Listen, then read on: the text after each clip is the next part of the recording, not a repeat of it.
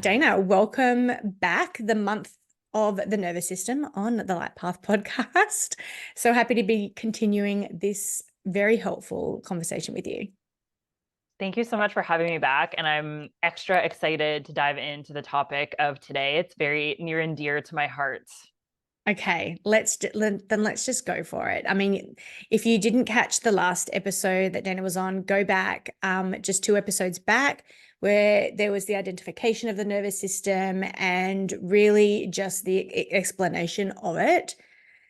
But today, and this is actually what drew me to your work, was this work around shame. Shame is something that I've worked with a lot over the years, and I have just recently worked with you via your resources on shame because I think it's one of the most misunderstood and avoided emotions, or I'm probably not phrasing it correctly, but once you actually are able to sit with and befriend your shame, oh my gosh, if anything has ever changed my life, it's that.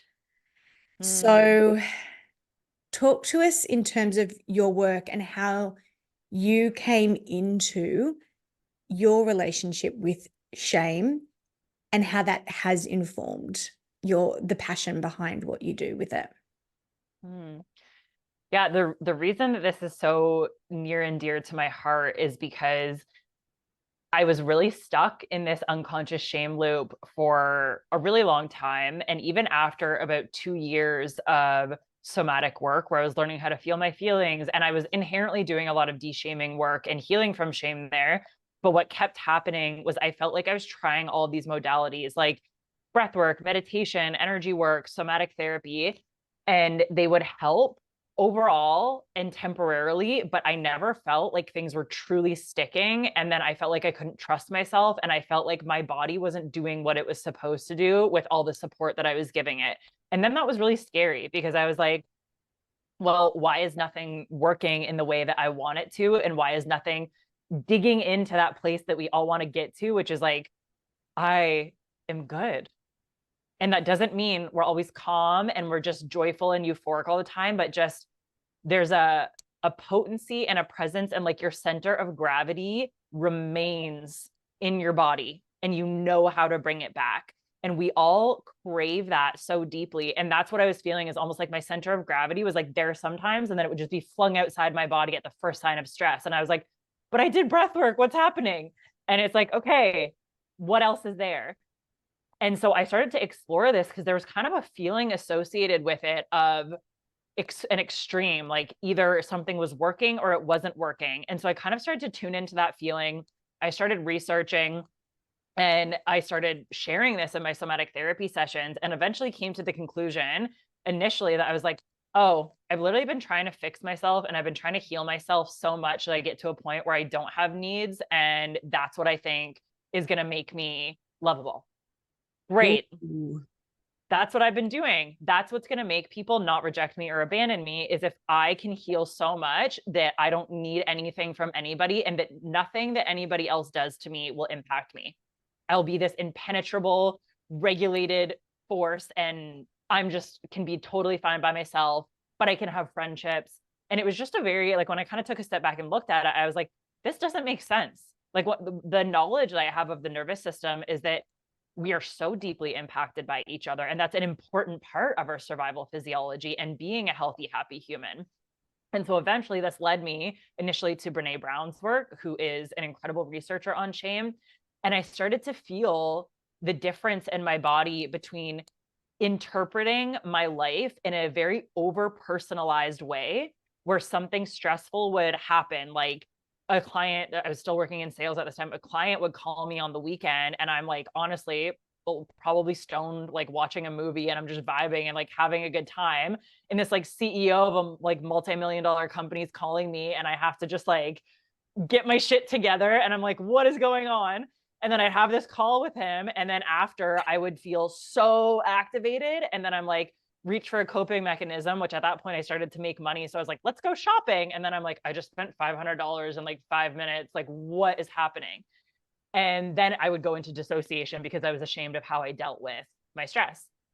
So I started to feel the difference between interpreting something like that, like this guy is calling me because I'm Dana, and something in the universe is pushing him to make this challenging because I'm me, not just because that would be a stressful experience to anybody. It was like, nope, this is only happening to me because I'm me, and there's something wrong with me that attracts damaging, stressful experiences. And that is what shame does to us, is it says, because I am me, life is challenging. Because I am me, nothing works for me. Because I am me, people treat me this way. Versus life is inherently dysregulating. It's extremely difficult. We can't even actually conceptualize what reality is, because if we did, we would go absolutely insane. Our psyches and bodies would be unable to handle it. And so this is the fundamental incorrect way of approaching regulation, which is we need to acknowledge that life is hard, and we need to normalize that, and we need to build capacity to overcome challenges without the results of that meaning something fundamental about who we are as a person. And so the difference would be like, I'm feeling guilty in this moment because I didn't answer that CEO's call, instead of I feel so ashamed that I didn't answer his call because I couldn't get myself activated enough to answer his call because there's something wrong with me. And so we over personalize all of our life's experiences, and especially the challenges, which is why shame is one of the root causes of such an intense level of sensitivity to rejection, which is, I think, a really great way to start to identify if you're somebody that has chronic internalized shame that is sitting at that identity level in your body. Take a breath. Yes. Oh my God, there is so much in that. I'm sure there's not one person that just heard all of that and did not experience themselves on so many different levels. There's a few things I kind of want to reflect back. One, you're totally right. The pseudo spiritual world, and it's one we sit in, obviously, has been so marketed as a solution, and it's not. And that's why one of the core, well, my core value in terms of my work is empowerment. We can only empower and help hold other people to really hold themselves. Because you're right, there is no nirvana where we're not going to be triggered, and it isn't difficult. So I love that you acknowledge that. Also, the fact that when you're talking about rejection, I think that that's the big piece. So I want to come back to that one. But something that you said right at the beginning was, you were hoping to be impenetrable, like nothing could shake you. And that was going to be the gold standard of your life. And I think that that comes back to, what are people, in inverted commas, selling you? As in, like, this is the magic bullet, this will fix you. And I have found, and I don't know if this is your experience, but once I was able to work with shame and almost fall in love with the parts of myself that were so crippled by it, like a mother would, like, love it. That was actually when I could expand and grow and heal lots of other stuff and move forward. So in a lot of ways, it doesn't feel like I'm impenetrable, but it feels like I can do anything and I'll be fine. So it makes going out into the world and starting businesses and podcasts and putting my face on things which I just really tried to avoid for such a long time. It makes all of that fun, not easy at all. But when it's not easy, it's a beautiful opportunity to say, oh, there's something I can look at here. There's something I can heal here. So has that been the same for you when you've worked through shame? Yeah, and I really love this share because there's a couple of things that I want to pinpoint on this. Is what you're describing is shadow work, which is the process of uncovering and reclaiming those suppressed parts of ourselves that we also learn to reject and disown. Carl Jung, love his work on shadow work. And shame is the tool of suppression, and it's what sustains suppression in the body. And so as you start to develop a different relationship with your shame, so we start to look at, okay, I experience shame and it means, or it gives me evidence that yes, I don't belong. And instead, you're able to experience your shame and just say, oh, like actually, when I take a step back, that doesn't seem like something that I want to be shamed for. That seems like a weird thing, actually, that X, Y, and Z person shamed me for, because when I think about treating another person like that, I wouldn't do that. And so as you start to shift your relationship and you unsuppress and uncover the part of yourself that actually says, I have something to say. I have I have a voice and an opinion that I want to put out into the world because it feels like it's in integrity and its expression, like your body's natural expression wants to do that. And then the second part that I loved about this is it sounds like to me you feel equipped to emotionally digest and integrate the ways that you experience rejection and difficulty. So I kind of want to introduce a term here that I've been really vibing with lately, and I'm really orienting myself and all my work towards this, which is post-traumatic growth, which talks about how those of us that have experienced trauma, and I'll give a specific example, is we are able to look at this and say, okay, because I experienced those things, I now have a clear path forward as to what my needs are, how strong each need is, what my actual desires are. And I'm learning how to digest and process the emotions that are naturally going to come up, that are both informing me as to where to go and are also informing me as to how I'm interpreting my actions and my path towards what I want. And an example that I love to give, I get this a lot in a lot of my programs, is people will come in and they'll say, I had like an extremely narcissistic mother growing up. And so because of that, I'm doomed to never have a healthy relationship. And there's no other term that I have found for this. So to anybody listening, I hope you can feel my intention with using this word is not malicious, this is very victim-y. Mm. And it's important to actually give ourselves time to be a victim, because we were, and we actually have to let ourselves process and feel that, so that we can look and we can say, okay, also because I had a narcissistic mother, I know that I don't want to experience narcissism. I don't want to be in any kind of relationship where a narcissist is able to have access to me. What do I need to do? What emotions do I need to feel? What support do I need to access in order to get to a point where I am living and integrating that into my life? So I look around at the relationships I have, and I don't have narcissists around me. I have people that want to see the real me and love me and are emotionally available and intelligent and have capacity to meet me where I'm at. And I have that ability to reciprocate for them as well. So it can be empowering and confronting, but shame disconnects us often from the initial ability to even identify it all with being call it like a PTG person, a post-traumatic growth oriented person, because, well, if the core of you is wrong, why would you even try? Which is why shame is so related to that hopeless, collapsed, depression, depleted state of the body, and why it needs to be the first layer addressed, which is where you actually need to explore what it was like to experience being a victim and being and feeling helpless and feeling like there was nowhere to go and being trapped, and then internalizing all of that as something wrong with you. That needs to be expressed, and you need to have a safe place to actually work through that. I love that, because I think that, and it goes back to what you were saying before, in terms of the whole world is kind of set up for us to take it personally, because we've set ourselves up for that. Because I believe, and this is just an observation, most of us put an enormous amount of energy into ensuring that we're not rejected. And whether that's by blending in. My best friend, bless her, I love her, but she often will say when we go to places, she's like, just blend in. Just blend. It's kind of a joke, because it's so true. I'm going to be the one that's going to say something. I'm going to be the one that's probably going to, and it's funny because it's true, but how often do we do that? Like in terms of when we choose what we wear in the morning, or how we do our hair, or what job we do. Like you talked about in the last episode of going this tried and true path. So let's talk rejection.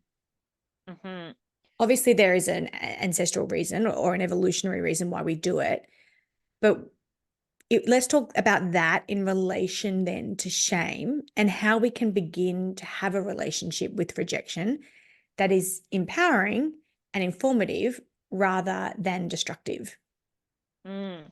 I'm going to use something that you just said as a kind of pathway into this around how we try to avoid rejection. And a phrase that really stood out to me and has been really powerful for me is that shame, and I mean dysregulation in general, but specifically shame, makes us play not to lose instead of play to win. And what this can, Dana, yeah. you said that on your channels a Mm, while ago, and it hit me right between the eyes, so much so that I went on and talked about it on my channels that I just heard you say this. And oh my mm, God, it's changed everything. My inbox blew up. love So that. say, oh my gosh, I'd totally forgotten you'd infected me that way. So, Ah, say it again. Say it again. I love this phrase. This phrase is like my mantra at yeah. the moment. Okay. So shame makes us play not to lose instead of play to win. And let me give you a couple examples of what that looks like. And this is from my own life. So when I love working out, well, now I genuinely love it, but I used to work out to not be fat instead of working out in order to feel healthy, be fit, and like how my body feels. I used to work to not be poor, and now I work in order to build wealth. So what we actually want when we're saying, I don't want to be poor and I want to make more money is, oh, you want to be wealthy. You want to orient towards wealth. But what fear and shame do is they say, oh my God, okay, I don't believe that I am worthy of that. And if I try and attempt to do that, which is going to mean you're going to need to be vulnerable, you're going to need to be rejected, you're going to need to be seen trying and failing and looking like a little cringe weirdo, that I can't handle that. So instead, I'm going to, and this is where people say playing small, like this is it in action in your nervous system, is a contraction and an over focus on the survival, the core survival way of relating to what you want for yourself, which is I want to survive, or I want to not die instead of I want to live, is like how your nervous system plays that out. So, but it's scary then. So, and I'm in a session with people and I'm like, someone's like, I really want to feel better in my body, but every time I try going to the gym consistently, I fall off after a while. And I'm like, yeah, because you're trying to fix yourself and you're trying to not be how you are right now instead of trying to feel a different way. So if you want to feel healthy, okay, do you even like the way your body's moving in the gym? Like maybe you're just somebody that wants to move a different way, and that's totally fine. And that shame energy of I'm trying to not be how I am right now makes it so hard to change anything, because we actually have to unconditionally accept how we are right now in order to sustainably take action from that place where shame is not the motivator. Energetically, I've always struggled with the idea of acceptance. And so I've had to really coax myself to a different understanding of that. So can you just talk to that a little bit more? Because I worry sometimes that, like, if you're in acceptance of how things are, then are you actually, like you say, looking towards the win, or the abundance, or whatever we want to call it? Because if I always worry, like, but if I accept the way it is now, then my energy will stop flowing towards where I'm going or desiring to go. Okay, I love this because this is at the real root of how your nervous system and shame work together. So I'm just closing my eyes right now because I'm trying to visualize the words. But when we resist what we're actually experiencing in the moment, we are fundamentally disconnected from ourselves, meaning that the action we take is not going to come from us. It's not going to come, it's not going to be a true signal from our nervous system, and it's going to be based on should. It's going to often be shame as the motivator. And so what this translates into is, oh, I do not feel like I'm allowed to be connected to myself until I am different in some way. That's what it translates to. So acceptance, unconditional acceptance, is a huge part of healing from shame. So what we're learning to say is acceptance does not mean, oh my God, I'm totally at peace with that. I've forgiven everybody. Like I'm totally fine. you can be angry and accepting. You can be resentful and accepting. You can be jealous and accepting. It means, to me, the way that I experience this is a felt sense of permission in my body. And I often have a huge softening and relaxed feeling in my body, where how I am right now no longer means something bad about me, or that I'm unable to change. So I can say, when I first started my healing journey, I stopped going to the gym because I was so tired from it, and I gained some weight and my body felt different. And I was like, wow, it's really hard for me to accept that my body looks like this right now. And I was like, it does. Like, there's no version of this moment right now where my body looks any different than it actually does. And punishing myself and withdrawing connection from myself is only further depleting me and further pressing down and pushing me into that state of suppression, when actually it felt very freeing to be like, I can simultaneously acknowledge I don't like how my body looks right now, and acknowledge that it looks like this because this is where my capacity is at, as well as the other part of me that says, hey, I would love to experience a healthier version of exercising and eating that is going to nourish my body, because that is where my new value system lies. And love it. And this is where, when we talk about energetics, because we're more in the spiritual world, that it'll happen when you least expect it, or release the outcome. So that's what all that pseudo spiritual jargon is actually describing. And I really want those of you that are listening, because there are very common themes of why people come to see someone like me, and I'm sure like you, but if you are someone who is desperately trying to fall pregnant, someone who believes that singledom will be theirs forever, they'll never meet their, a person, because it's not a person, it's like as in like their person, because there's a million people for you.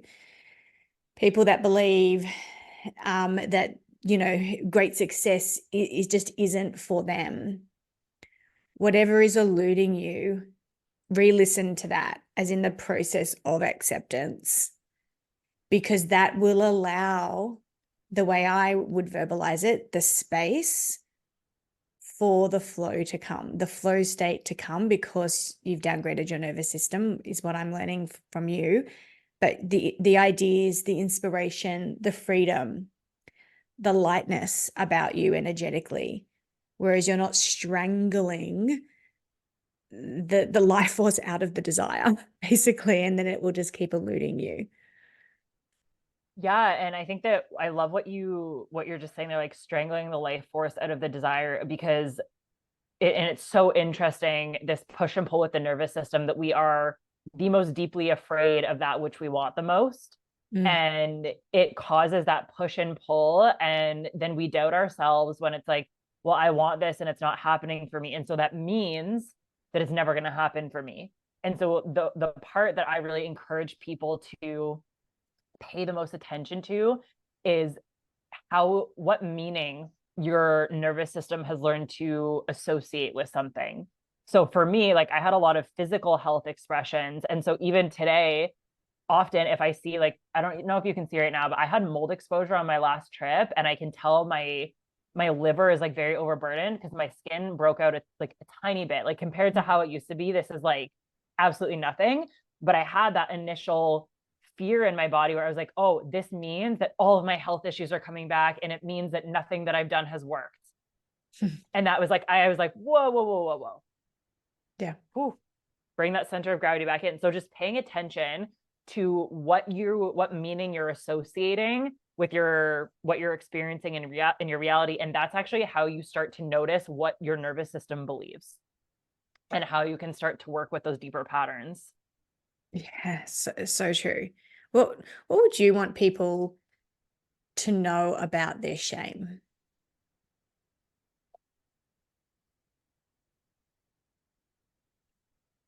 Number one, you're normal for experiencing it. You're allowed to exist exactly as you are right now. And to heal from the impacts of chronic shame, you have to be vulnerable. you have to be in connection with other people. You have to emotionally expose yourself and to other people. And you have to learn how to truly create healthy relationships.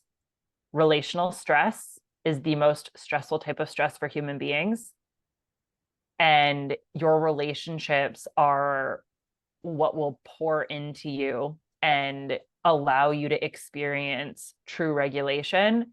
And that means vulnerability as a core tenet of what you need to focus on. How would you advise someone listening to this to start that process?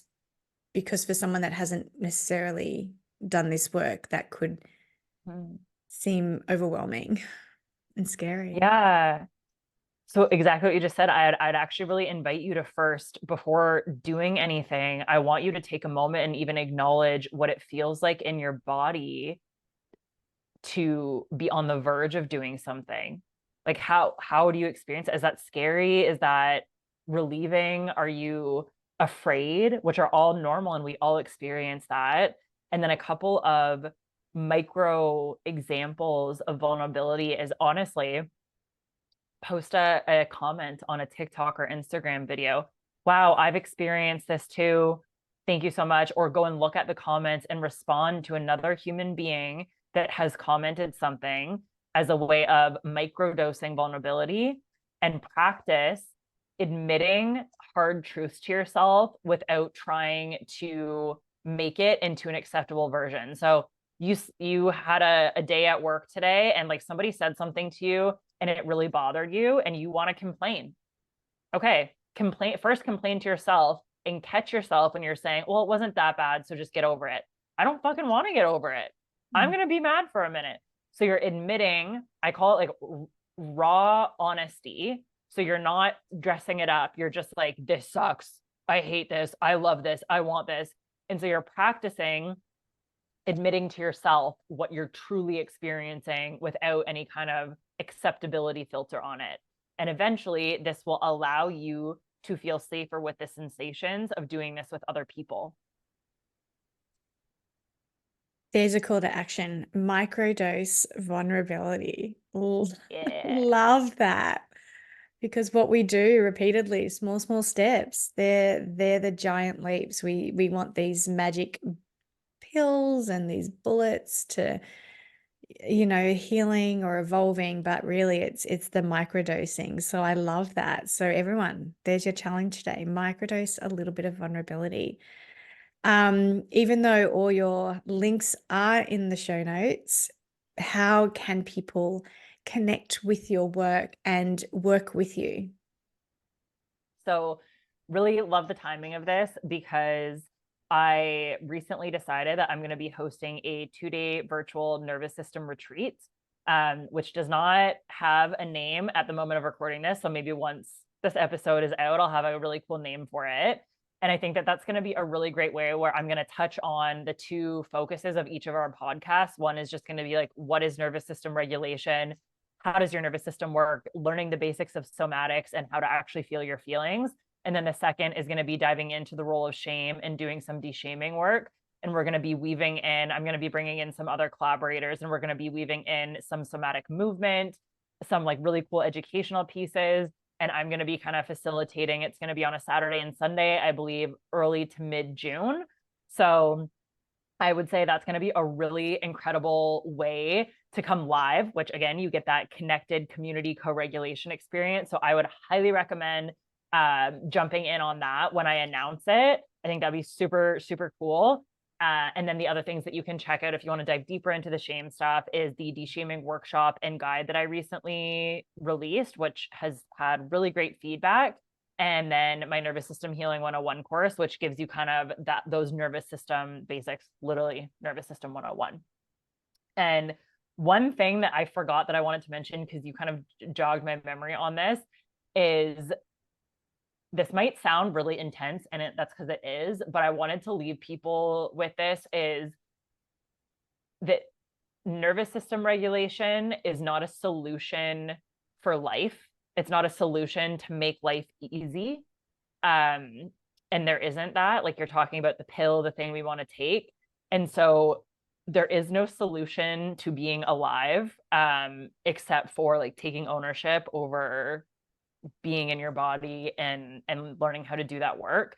And so I would just really encourage everybody to kind of sit with that a little bit and digest it and allow that to pull you towards more authenticity, more expression, and kind of like this idea of like learn how to eat cringe for breakfast and just let your weirdness out.